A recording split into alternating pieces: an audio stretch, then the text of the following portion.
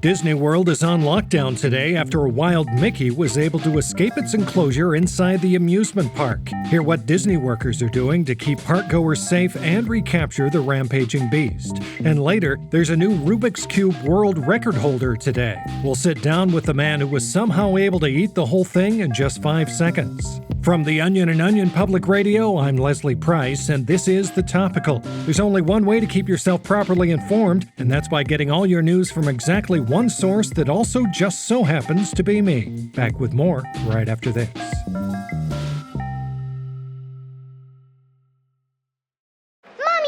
look! It's Mickey! Oh, Ma'am, you need to evacuate. God. Hi, Mickey! Dennis, come with Mommy. Ma'am, you need to go now. Look! He's coming over here! Run! No, Mickey, no!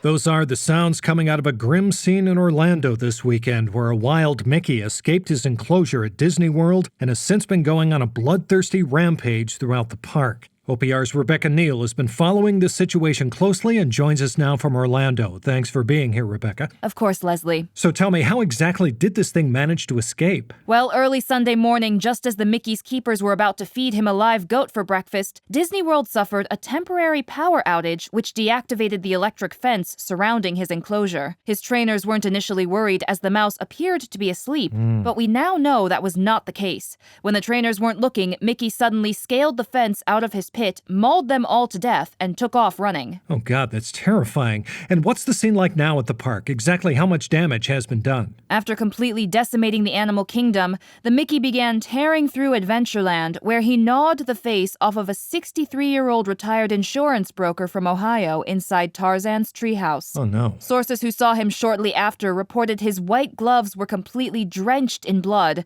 and there were chunks of human flesh on his oversized yellow shoes. According to the multiple witnesses I spoke to, it was a harrowing spectacle. Take a listen. Oh, dear God. He completely destroyed the building that houses the Pirates of the Caribbean ride. My sister is still trapped in there. We saw him trample an entire school field trip full of kids. Look, everyone! He's climbing up Cinderella's tower! Authorities are praying that they can stop him before he reaches Main Street, USA, or else it will be an even deadlier bloodbath. And what exactly are they doing to try and stop him? Well, it's turning out to be quite a challenging task. Mickeys are highly intelligent, conniving creatures, and once they've had a taste of blood, they'll stop at nothing to get more. On top of that, there's an ongoing debate about what type of force should be used in the containment efforts. I spoke to Walter McLaurin, an expert on wild Mickeys who runs his own Mickey sanctuary. He's a big advocate of using non-lethal tactics. Here's what he had to say. Sure, everyone is calling it a rampage. But what this Mickey is doing is what any wild creature in a situation would be doing. It's mating season. He's in heat and he's looking for a Minnie. It's his instincts. He's not some big monster. There's nothing unnatural about him. What's unnatural is the way he's being cooped up. Are we really going to kill this beautiful creature just for being himself? Interesting. And has the park been receptive to these pleas? Well, they were at first, but once the Mickeys started racking up a body count, they quickly abandoned those plans and went full lethal. According to Disney, they weren't left with any other options. 93 patrons have already been confirmed dead. My God. And how are those efforts going? Not good. Mickeys are highly agile, they have a hard, shell-like skin, and their body mass is 99.6% muscle, so pinning him down is proving to be highly difficult. One neutralization attempt was actually caught on the park's surveillance system. Take a listen. Easy, girl. Easy. It's me, your trainer, Charlie. Remember? And...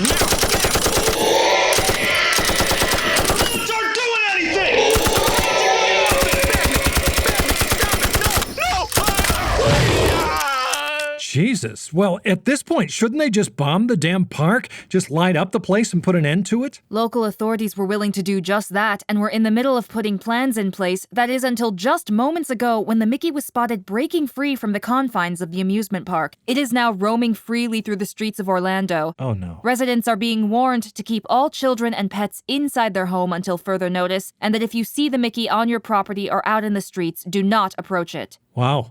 Well, let's hope there's at least one brave gun owner down there in Florida who has what it takes to put a bullet right between those big oval-shaped eyes and end this thing once and for all. In the meantime, it looks like my stepson and I will be going to Six Flags this weekend. You want to come, Rebecca? Derek could really use a mother figure in his life right now. What? No, Leslie, I have my own kids. I'll put you down as a maybe. That's OPR's Rebecca Neal. Back in a moment.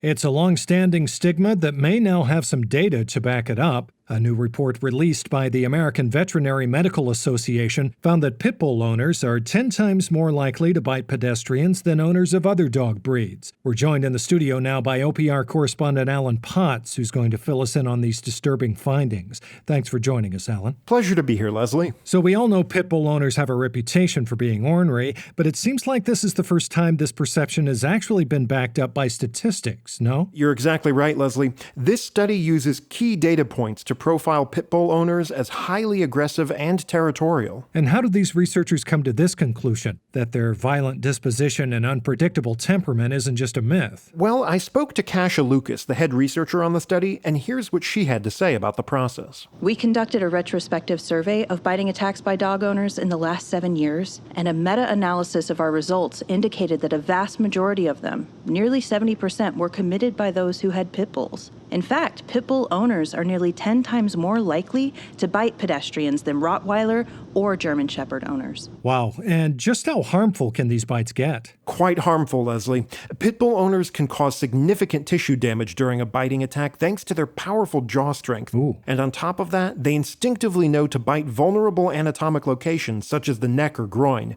Damage from their bites often requires an emergency room visit or even reconstructive surgery to be sufficiently mended. Huh. Well, it sounds like if you weren't scared of them before, you should be now. Definitely.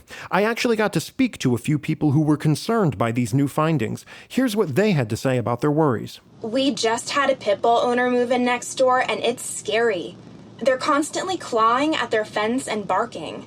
I mean, my kids play on the lawn a lot, and frankly, I'm afraid they're gonna get bit. They just love to fight. I mean, that's in their instincts. Every time you hear about someone getting bit, you just know it's gonna be a pit bull owner. I mean, I ain't no expert or anything, but those things should be banned if you ask me. And tell me, Alan, what do pit bull owners themselves have to say about all this? Well, I actually managed to speak to one for this story. Here is Lydia Arnold, the owner of a 9-year-old pit bull. That report is totally bogus. They're not giving proper context for those numbers. In the rare instance that a pit bull owner bites someone, it's not because we're inherently aggressive, but because we've been mistreated or abused. I mean, you take an owner of any dog breed and treat them that way, and they're gonna bite people. So you would say that pit bull owners are not the villains they're made out to be? Not at all. Most pit bull I'm sorry, could you move the microphone? It's right in my face. Oh, sorry about that. As I was saying, most pit bull owners, when well socialized and trained, are delightful and sensitive. We're lovable and... sorry. As I was saying, we're lovable and intelligent and make loyal companions. If anything, we're too peaceful. We need to re-examine... Excuse me? Ma'am? What are you doing? No, she bit me! She fucking bit me! Oh my God, Alan, you got bit? Yep. Check out my leg. Jesus Christ, that's disgusting. Ugh, it looks infected. It is. Ugh, gross. And it turns out Lydia was carrying a rare form of mutated hepatitis. Really? Yep, and she passed it on to me. And it's incurable. While it's concentrated in my leg now, the infection will slowly spread to the rest of my body and eventually devour my brain and heart. I only have 2 months left to live, Leslie. And that's if I'm lucky. Wow, tough break, man. Well, time for an ad.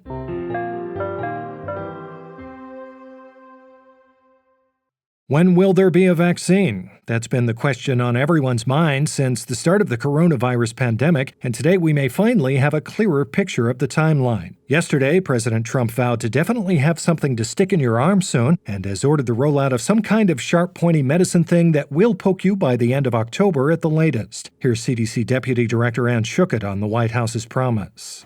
thanks to our nation's doctors being at the forefront of medical and scientific research and our American ingenuity. The U.S. will be the first country to distribute a stabby, pointy pain vial thingy designed to be jabbed directly into patients' muscle or skin or something, and it will have some effect on your body, either good or bad. Joining us now with more is OPR health correspondent Jenna Resnick. So Jenna, it sounds like something that at least resembles a vaccine could be on the horizon. Exactly which phase of the process is it in? Well, as of right now, Leslie, we really don't know very much. But what we do know is this. President Trump has guaranteed that all Americans will get stuck with something in their arm by Election Day. Now, so far, Pfizer, Moderna, and AstraZeneca have all been able to develop some very promising poking methods that are extremely sharp, long, and wet. Take a listen. After 10 long months, we know Americans are ready and excited to get stabbed. Soon, people just like you and me will be able to go to a pharmacy, sit down, pay money, and get stabbed through the skin with a vial of goo in a very painful way. Well, I gotta say that can't come soon enough. But I have to admit, Jenna, I really wasn't expecting to get stabbed by our government until 2021 at the earliest. That's right. Some were even estimating 2024 as a more realistic time frame for having a stranger in scrubs inject healing juices into your veins. But according to the CDC, even with the accelerated schedule, early trials are going well. So far, the devices have been very effective at going into and out of arms as well as shooting the liquid, which has been amply moist. They are, however, still trying to work out some of the, quote, pesky and deadly side effects. But that's not going to stop them from rolling this thing out in Walgreens and CVS pharmacies across the country as soon as possible. Oh, Walgreens. That's where I buy my little bottles of orange juice and large fish oil pills every morning, so you can count me in. But, Jenna, I have to assume people are going to be pretty excited to have their skin punctured once it's available, and personally, I'd rather endanger everyone around me or even die myself rather than wait in line longer than 15 seconds. How does the government plan to roll this out in a way that meets the high demand? Well, it's certainly going to be difficult, but the plan as of now is to prioritize suburban patients who are also undecided voters. The White House also wants to focus on high-risk patients, like the elderly, particularly in blue states, and is planning to stab them all in the neck, presumably so the serum can get to their brain faster. Interesting tactic, and how much is it going to cost? Well, while there had certainly been talk of it being no cost to patients, the price has actually yet to be set, according to the CDC. So far, they've estimated it could cost either $10, $500, or even $100,000, depending on how desperate we get. A small price to pay for a vaccine that may or may not work. Thanks, Jenna. When it comes out, I'll be first in line. Otherwise, I'm not getting it. I'm a busy man. Anyway, that's OPR's Jenna Resnick. Back in a moment.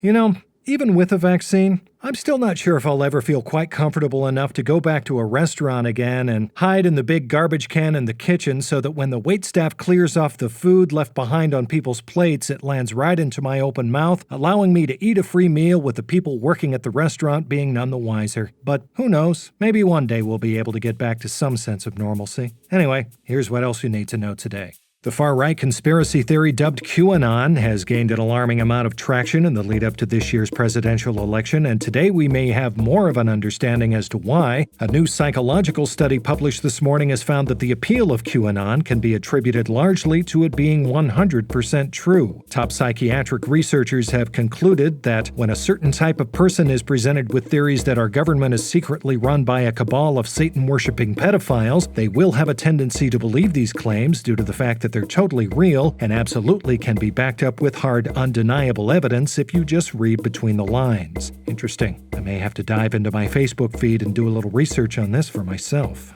And big news for bird lovers today, as ornithologists from the University of Rhode Island have been awarded a $10 million grant to research whether that big bird up there is a hawk. Researchers are hopeful that this newly secured funding will help them ascertain whether the bird in question is indeed a hawk and not some kind of eagle or possibly even a falcon, and will allow them to expand their investigation by passing around the binoculars so they can all get a better look at that thing. And finally, as we near the end of the month, Los Angeles Mayor Eric Garcetti has unveiled his plan to combat the city's growing homeless population brought on by the mass evictions plaguing his city. Mayor Garcetti announced today his administration stands committed to ensuring every Los Angelino has a roof over their head and that he would personally be sending around some pretty reasonable Zillow listings to those in need. Sounds like a great plan. And if any homeless LA residents are listening, take my advice. If you see something you like on one of those listings, hop on it quick. Anything under $1 million usually gets scooped up pretty fast. And that's the Topical for today. I'm Leslie Price. If you enjoyed today's episode, you can like and subscribe to The Topical wherever you get your podcast. And you can now also sign up to become a member of The Topical's Patreon. For as little as $5 a month, you'll get all kinds of exclusive news content and merchandise, including a Topical sticker, which must be pretty exciting for all the children listening. And for all the adults, we also have a Topical coffee mug available, which serves as a great way to hide the fact that you're drinking hard alcohol in the morning. So don't wait. Go sign up to become a patron now before you black out. And tomorrow on The Topical, how has COVID-19 affected our nation's dentists? I sit down with mine to ask him how the pandemic has affected his practice while he also performs my root canal. Here's a clip. Oh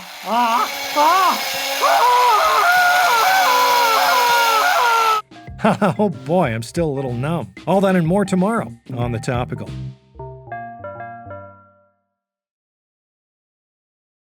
The news doesn't stop just because this YouTube video has. For even more on all the worst things happening in the world right now, listen and subscribe to The Topical on Apple Podcasts, Spotify, or wherever you get your podcasts, you insatiable news freaks.